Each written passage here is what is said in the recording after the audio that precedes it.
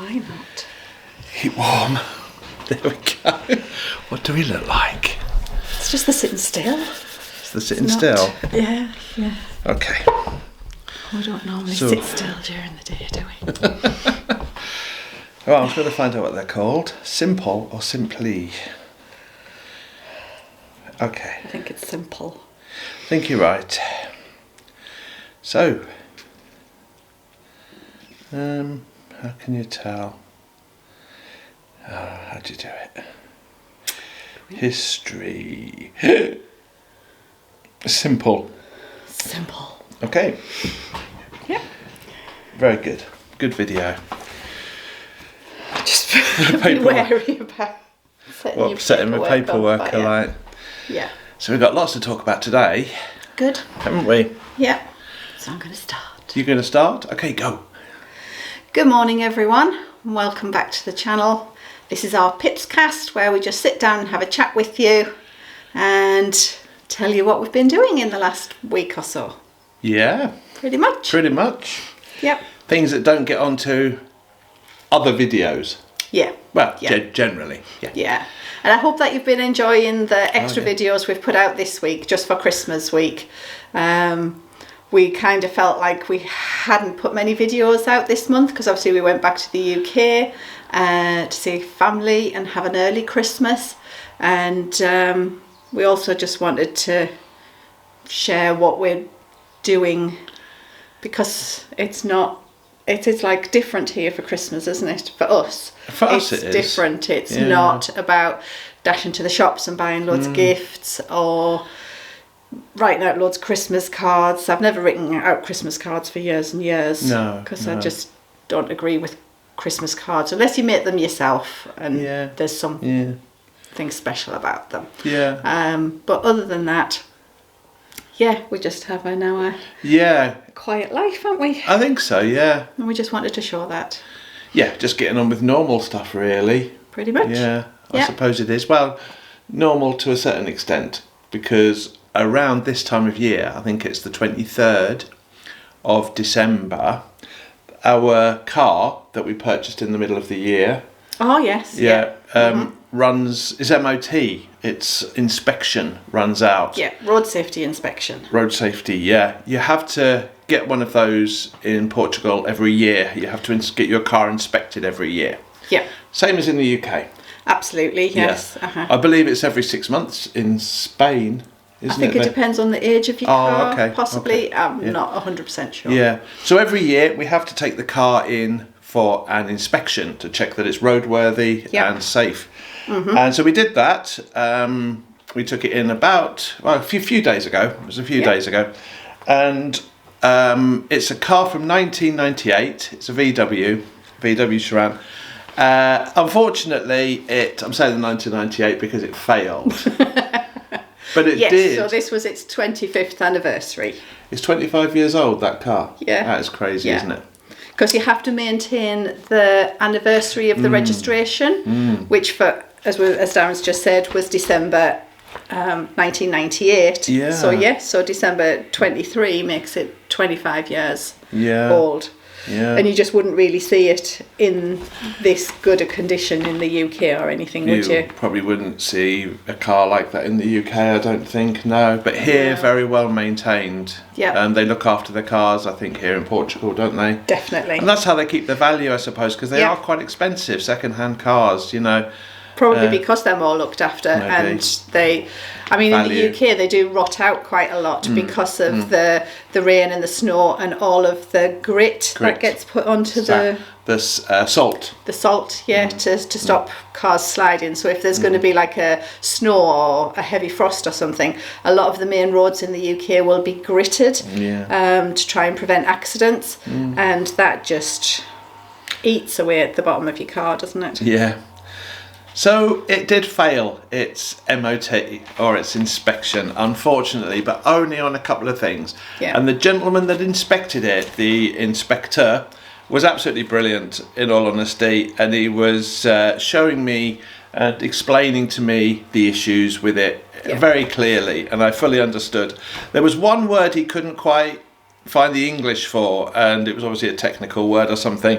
So we just wrote it on the failure certificate there, so that when I took this failure certificate to the shop, I knew, I suppose, they can read it, but I knew what to tell them. Yeah, that everybody understood the situation. Yeah. But honestly, I just handed over. Well, I was going to say, yeah, so these are valid for 30 days. This failure certificate is valid for 30 days to enable you to go and get the car fixed, and then bring it back for a retest. But I went straight away.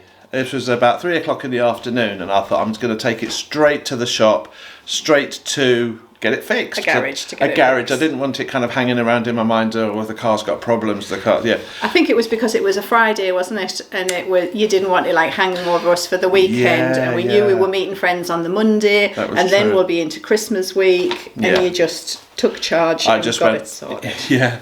So I went to his shop. Rhodey was the shop I took it to, as there's only a couple of problems with it. And I handed them my piece of paper, my failure certificate. They said, yeah, we'll go and get it sorted. And that's pretty much what they did. Yeah. Told you to go and have a coffee. Yeah. And we'll give you a message when the mechanics had a look. Yeah. And when we've got a price for you. Yeah. But they didn't give us a price. He just went straight ahead and did the work. But that was fine, honestly, because it was only a couple of small things, and the price wasn't too much in the end to get it fixed. So and the guy again was absolutely brilliant. He also has the same car as ours. So he was saying about our car, he was going, oh, lovely, nice car in Portugal. Muito bom car. He liked it. He was really, really liked it. And he said that his car, exactly the same as ours, has 600,000 kilometres on the clock. Yeah. More than double what we've got on ours. More than double what we've got. Which gave me a lot of confidence in the future. Yeah, that's just going to keep going. Especially with that gentleman as a mechanic. Well, looking after our he's car. Obviously got a way advantage over us because he knows what he's doing. Well, he knows what he's doing, but at least we know where he is. I'm going to take it back to him every time, because he loved the car as well, because he owns one, and he was telling me all about his car and all of the upgrades that he's done, like a nice radio with sat nav in it and all of those sorts of things. He has a roof. He has roof bars on the top. He was telling me. Yeah, it was really nice conversation. Lovely chap. Anyway, so after Rhodey, and our value, what it cost us was 83.91 €83.91 to get the problems with the car fixed. Straight back for the retest. So I took it straight back that evening after the gentleman at Rhodey had fixed it for me. Yeah. Straight back, took it for the retest. I think the retest was something like £8.90 or €8.90. Yeah. How much was the original one? Oh, the original one was, I think, 35. So not too dissimilar to the UK then, and an MOT. Yeah, so 35 for the MOT or thereabouts, and then I think it was something like £8.20, €8.20. Sorry, I keep using pounds. I don't know why. We're euros now. Still in your pound brain. Mind. So retest took about 5 minutes. Drove it through. Only retested the problems because it had only been done a couple of hours before. Yeah, so we got a full year's MOT on the car now. Yeah, and this one's got a hole in it. Yeah. Because it's like a little perforated square, and it's got all the details on of the car and the IMT test. Yeah.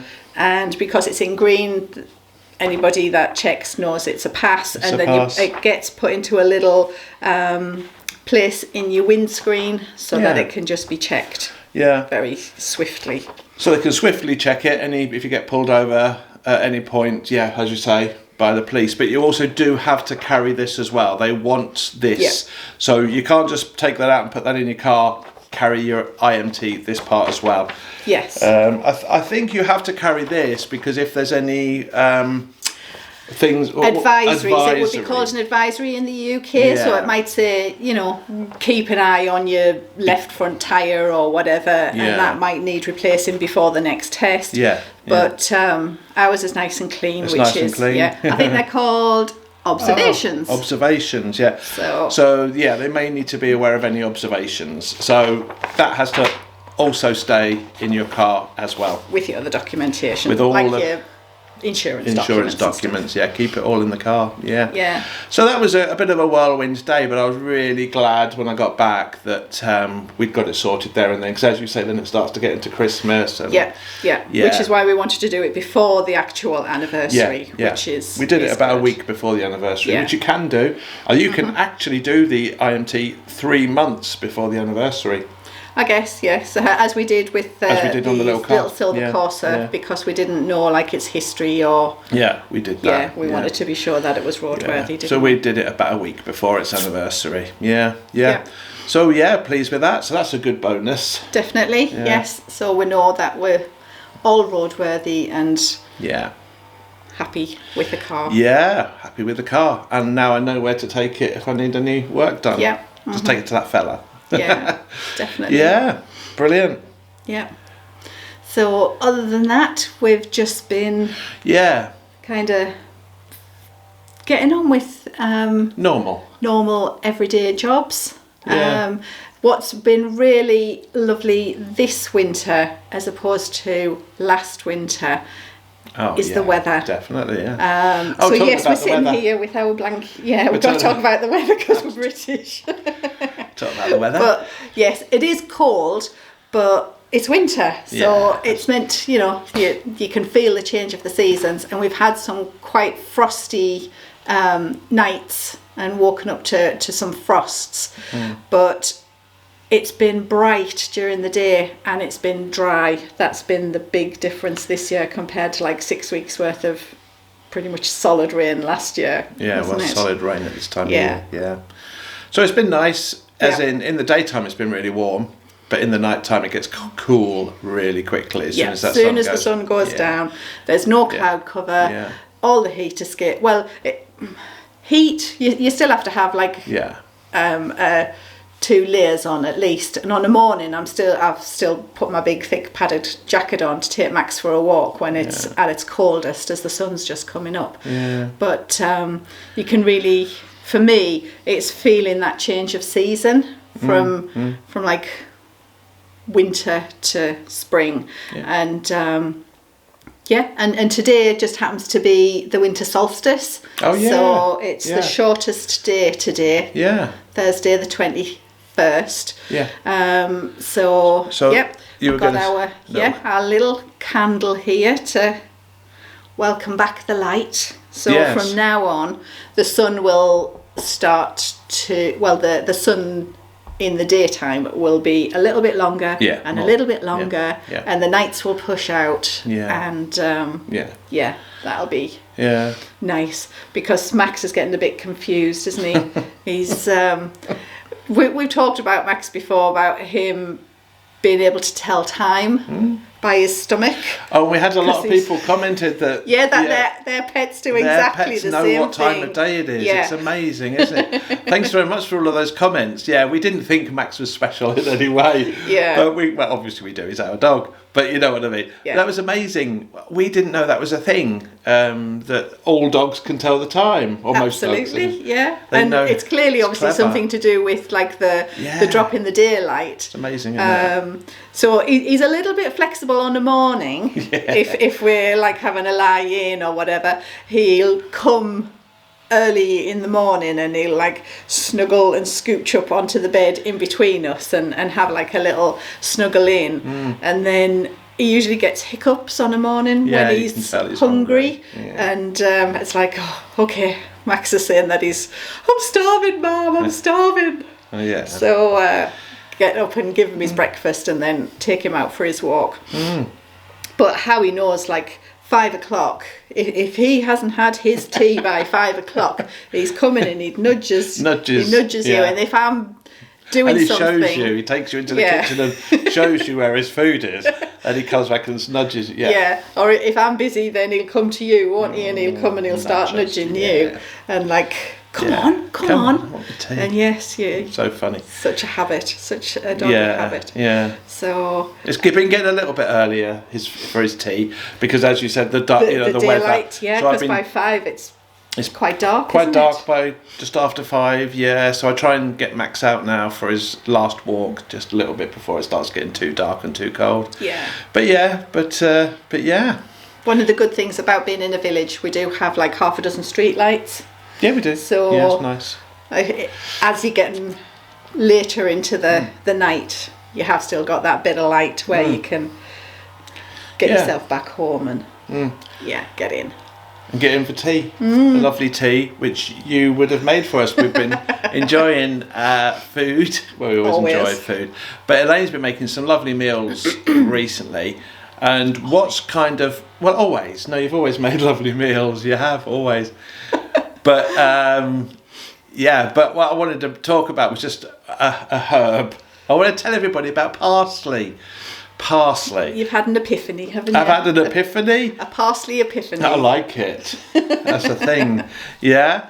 When I was a chef way back in the past, we used to use a lot of parsley, but it was only ever used for garnishing a prawn cocktail or something like that. Yeah, that shows how far in the past it was. Yeah, or chopped up. And it was that curly parsley. nasty, which you hard in couldn't the mouth, eat. Kind of. Yeah, you didn't want to eat. You didn't want to eat it. It was just only ever a garnish. 1970s parsley. That's right. But yeah, as you say, I've had a parsley epiphany. This stuff, as you say, this is flat leaf parsley, which is just so different, isn't it? Oh yeah, it's amazing. Curly. This is amazing. Elaine's been putting it in all sorts of things recently. Yeah. Easy to grow. For a how does it say? Didn't need the book to grow it. Didn't need your book to grow it. I just wanted to show you that because it's sitting there. How to grow herbs. Yeah, you don't need it to grow parsley. I use it to find if there's, because this book also tells you like what the medicinal properties of the different herbs are as well, and you know what they're good for, indigestion or lowering blood pressure or that kind of thing. Brilliant. Or even just the flavours and what foods they go well with. So for a tiny little book, that's a really good little book. Really good. How to grow herbs. Guides how to grow herbs. Yeah. Really good. So there you go. Tip of the day: grow flat leaf parsley and put it in everything. You put it in salads. We had a really simple salad the other night, and it was literally just lettuce leaves from the garden with loads of parsley, just all roughly chopped, and then some of my apple cider vinegar. Amazing. And some of the lovely, I got some lovely olive oil from Elaine, my friend, for looking after her pussycat while she was away, and just quickly mixed those two together with a bit of salt and pepper, and that was just like an amazing salad. Just a salad. Yeah, honestly, just 4 ingredients. Really, maybe it was a bit this of salt, whole big, huge bowl full like this, and I was like, oh dear. No, we just scoffed the lot. Yeah, well, of course, it was just vegetables. It was really just 2 vegetables. Yeah. Well, 1 lettuce and parsley. Sorry, I'm losing myself. Yeah, doing the maths. Never was any good at maths. With something else on the side, not just lettuce and parsley. Just as good. Gosh, we'd have disappeared if we just lived on lettuce and parsley. But absolutely wonderful flavour. Really nice stuff. Yeah. So flat leaf parsley, tip of the day. Yeah. I'll give another tip of the day. I was watching YouTube last night, and a lovely couple. As you probably know, I like to watch channels in Alaska. Don't know why, the cold weather, but I love just watching Alaska channels. And there's this lovely couple, Simple Live in Alaska. Check them out. Really nice, aren't they? You probably watched them already. They've got like millions they're a of big subscribers. They're a big channel. Big channel, yeah. But you can see why, because they're excellent. Yeah. And the lady, Ariel, off that channel, she had picked up a ginger root from her local grocery store. And the ginger root, I'm sure she said on the video that it had already sprouted. So it had like a little stalk growing on the ginger root in the shop. So she bought that. She's taken it home and she's put it in a pot on her window ledge in their little house in Alaska. And it's growing. And the plant was about, maybe I'd say 2 foot, probably 2 foot tall. Wow. Yeah, already. And she said it's still not ready to harvest the ginger at the moment. But I thought to myself, if we spot a ginger... I think you can just put it in its sort of dormant state anyway. Because I use loads of ginger. Yeah, right. You just lay it on its side. Oh, okay. On the damp compost. And then it will sprout anyway. Yeah. Well, I think that might be worth doing, because it was just a nice looking plant as well. Yes, it's quite pretty. Yeah. I think it's supposed to have a nice flower on. Right. So. Well, there you go. So I think next time we're at Lidl, we're going to be looking for a ginger. Well, we get it. I buy it every week You anyway. do buy it every week. Because I love it in my tea. I don't drink like tea from a tea bag or loose leaf tea or anything. No. I just put lemon, fresh slices of ginger, bit of honey, and then the boiling water on top. And it's your just favourite, isn't it? That. Yeah. You have that every day, actually. At least. Yeah, every day. yeah, really good. So another tip of the day: get a ginger root and grow it. Good. There we go. That's it. Yep. I like tips of the day. I think this could be part of. We'll try and give a tip of the day on our PiPsCasts. I think that might bring us to the end. Yeah, I think so. Do you? Yeah. Yeah. Okay. So just thank you very much for watching. We know we're very close to Christmas time, so if you celebrate Christmas, all the best for the holidays. Hope you have a calm and peaceful time and enjoy what you do. Yes, enjoy a relaxing time. That's what we're going to do. Yeah, that is. Yeah. Yeah. Okay, so thank you very much for watching. Yeah, and take care, everyone, and we will see you on The next one. Take care, everyone. See ya. Bye-bye. Bye-bye.